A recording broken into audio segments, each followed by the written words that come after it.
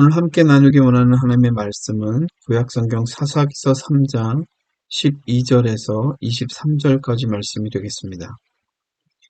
이스라엘 자손이 또 여호와의 목전에 악을 행하니라. 이스라엘 자손이 여호와의 목전에 악을 행함으로 여호와께서 모압 왕 에글론을 강성하게 하사 그들을 대적하게 하시매 에글론이 암몬과 아말렉 자손들을 모아 가지고 와서 이스라엘을 쳐서 종려나무 성읍을 점령한지라. 이에 이스라엘 자손이 모압 왕 에글론을 18해 동안 섬기니라. 이스라엘 자손이 여호와께 부르짖음에 여호와께서 그들을 위하여 한 구원자를 세우셨으니 그는 곧 베냐민 사람 게라의 아들 왼손잡이 에훗이라. 이스라엘 자손이 그를 통하여 모압 왕 에글론에게 공물을 바칠 때에 에훗이 길이가 한 규빗 되는 좌우에 날선 칼을 만들어 그의 오른쪽 허벅지 옷 속에 차고 공물을 모압 왕 에글론에게 바쳤는데 에글론은 매우 비둔한 자였더라. 에훗이 공물 바치기를 마친 후에 공물을 메고 온 자들을 보내고 자기는 길갈 근처 돌 뜨는 곳에서부터 돌아와서 이르되 왕이여 내가 은밀한 일을 왕에게 아뢰려 하나이다 하니 왕이 명령하여 조용히 하라 하매 모셔선 자들이 다 물러간지라. 에훗이 그에게로 들어가니 왕은 서늘한 다락방에 홀로 앉아 있는 중이라. 에훗이 이르되 내가 하나님의 명령을 받들어 왕에게 아뢰 일이 있나이다 하매 왕이 그의 좌석에서 일어나니 에훗이 왼손을 뻗쳐 그의 오른쪽 허벅지 위에서 칼을 빼어 왕의 몸을 찌르매 칼 자루도 나를 따라 들어가서 그 끝이 등 뒤까지 나갔고 그가 칼을 그의 몸에서 빼내지 아니하였으므로 기름이 칼날에 엉켰더라. 에훗이 현관에 나와서 바락문들을 뒤에서 닫아 잠그니라. 오늘은 누가 강한 자인가 이런 제목으로 하나님의 말씀 함께 나누겠습니다.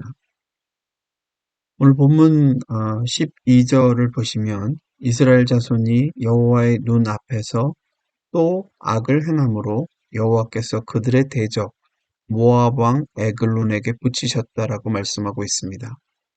사사기에서 말씀하는 악은 지난 시간에 살펴본 대로 이스라엘 백성들이 여호와 하나님을 잊어버리고 바알과 아세라와 같은 우상들을 섬긴 것을 가리킵니다.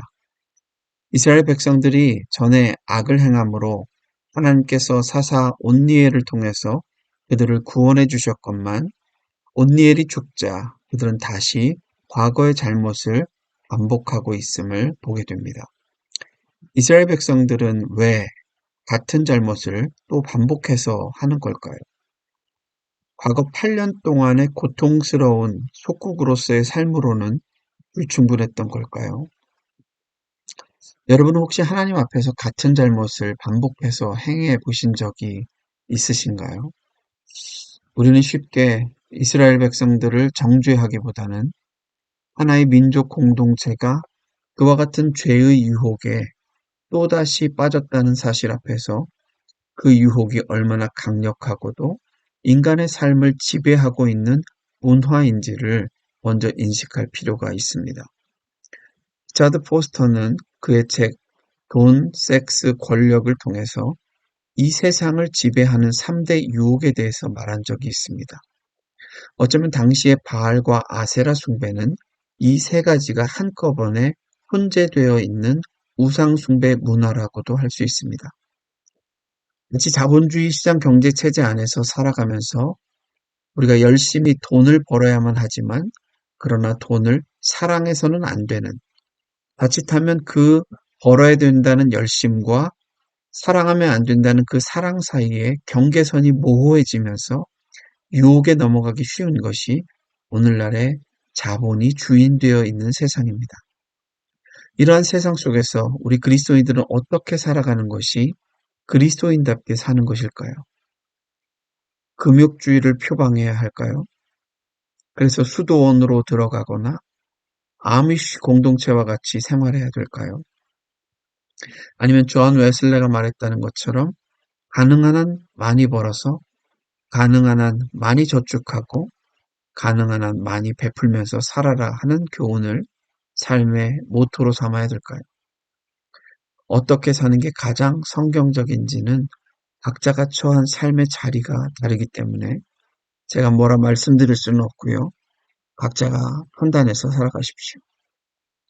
그럼 우리가 한 가지 분명하게 기억해야 하는 것은 비록 우리가 우리의 힘과 노력으로는 어쩌면 바꾸는 것이 거의 불가능해 보이는 이 자본주의 시장 경제 속에서 살아가야 하지만 최소한 자본이 우리에게 구원을 가져다 주지 못한다는 사실 한 가지만큼은 기억할 필요가 있습니다. 우리의 구원은 철저하게 하나님에 대한 전적인 신뢰와 그분께서 베풀어 주시는 은혜로 말미암는 것을 믿으시기 바랍니다. 그래서 우리가 예수님을 믿고 구원을 받는다는 의미는 우리가 우리의 존재의 근거를 예수님께 두고 예수님만이 우리에게 영생을 주실 수 있는 유일한 분이심을 받아들인다는 의미입니다. 그 은혜 이외에 인간의 어떤 도덕이나 윤리나 선행이나 구제로도 인간을 구원에 이르게 할 수 있는 방법은 아무것도 없습니다.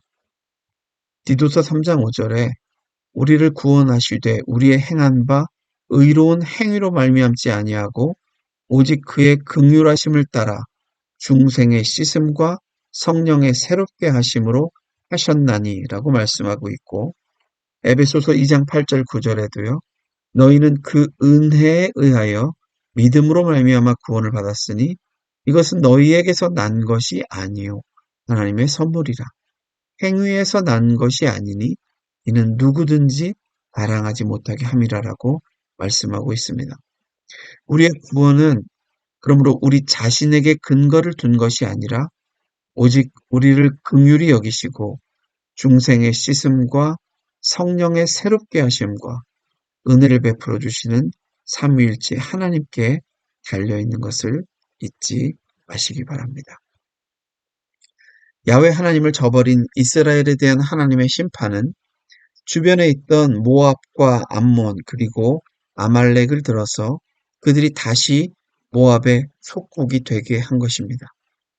모압과 암몬은 우리가 잘 알다시피 아브라함이 본토 친척 아비집을 떠나라고 했을 때 떠나지 않았던 조카 롯이 두 딸들과 근친 상간하여 낳은 부도덕한 자식들입니다.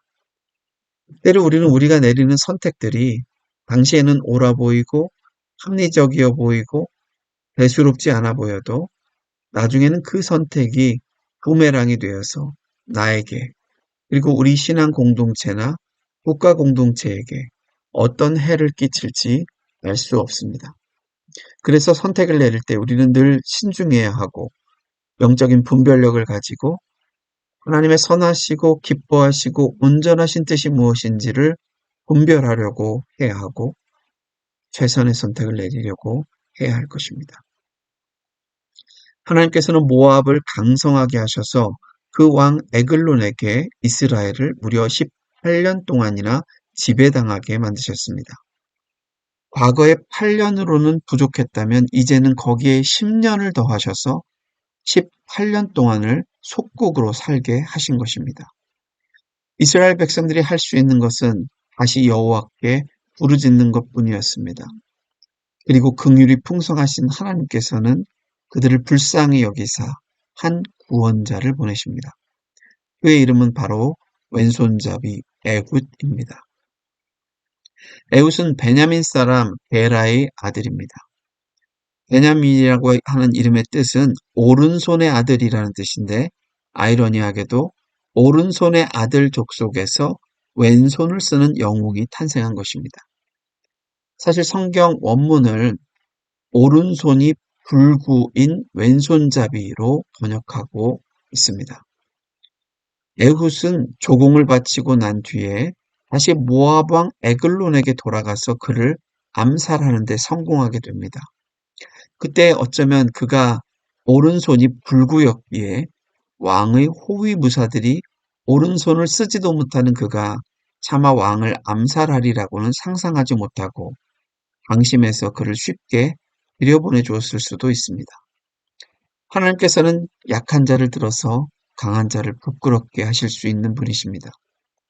그러게 때로는 우리의 약함은 절망이 아니라 오히려 희망이 될 수도 있고, 하나님께서 함께 하실 때 우리의 약함은 오히려 능력이 되고 장점이 될 수도 있다는 사실을 우리는 기억해야 할 것입니다. 사도 바울에게 육체의 가시는 그가 받은 은혜를 겸손히 지킬 수 있도록 도왔을 것입니다. 다윗도 몸이 왜소하고 보잘것없는 이새의 막내 아들로 태어났지만 하나님께서는 그를 들어서 골리앗을 이기게 하시고 그를 민족의 영웅으로 만드셨습니다.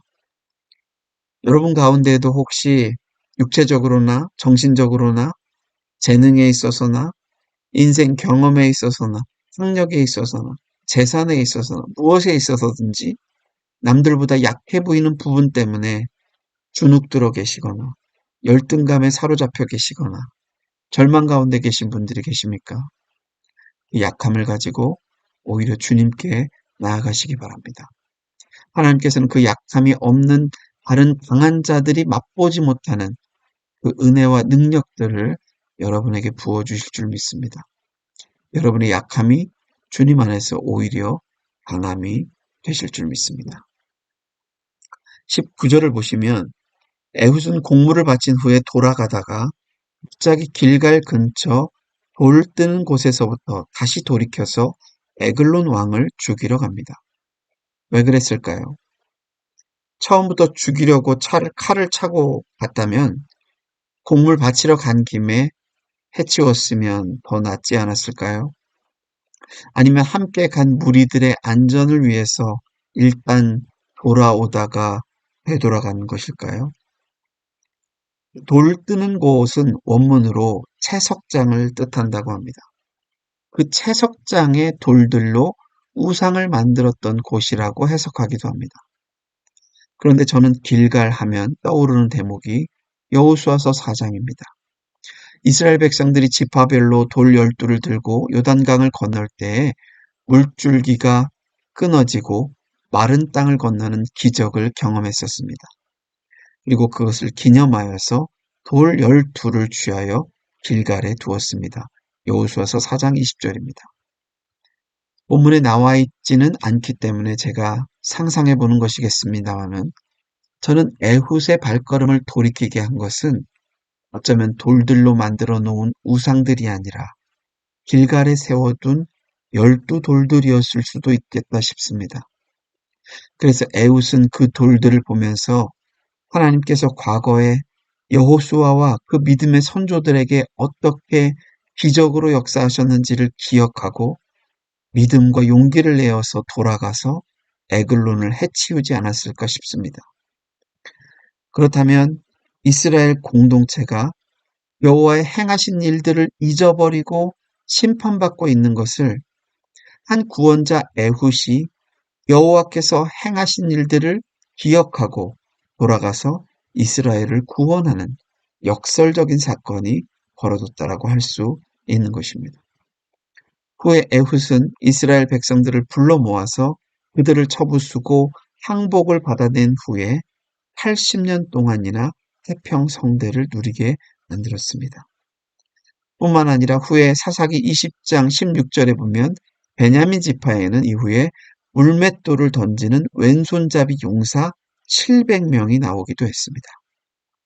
한 사회에서 장애인으로 사회에서 소외되기 쉬운 인물이라 할지라도 하나님의 손에 붙들린 바 될 때에 그 사람은 자신이 처한 환경을 넘어서서 문화를 바꾸고 역사를 바꾸는 변화의 주역이 될 수도 있습니다. 말씀을 맺습니다. 오늘날 여전히 우리의 삶 속에 우리로 하여금 반복적으로 우리의 마음을 빼앗는 우상들이 있다면 그것이 무엇입니까? 그것들을 물리치시고 우리의 영혼을 온전히 구원하실 수 있는 유일한 구원자 예수 그리스도를 굳게 붙잡는 여러분 되시기를 주님의 이름으로 축원합니다. 그리고 여러분의 삶 속에 어떤 약점이나 약한 부분들이 있습니까? 열등감을 느끼게 만들고 좌절하게 만드는 요소들이 있습니까? 그것이 무엇이든지 간에 우리가 하나님께 붙잡힌 바 되어 쓰임받게 될 때 우리의 삶에는 능치 못할 일이 없을 줄 믿습니다. 오늘 하루도 우리의 부르짖음에 응답하시고 우리를 긍휼히 여기시고 우리에게 능력 주어 승리케 하시는 주님을 신뢰하시고 승리하시는 저와 여러분 되시기를 주님의 이름으로 축원드립니다.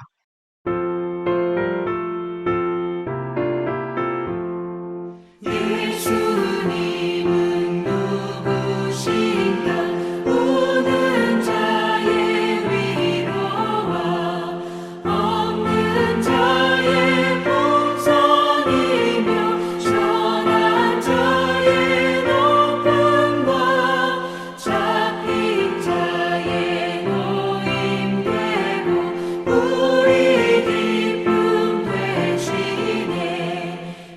예수님은 누구신가 약한 자의 가난과 눈먼 자의 빛이시며 병든 자의 고침과 죽은 자의 부활되고 우리 생명 되시네. 예수님은 누구신가 주한 자의 전함과 죽을 자의 생명이며 죄인들의 중보와 멸망 자의 구원되고 우리 평화 되시네.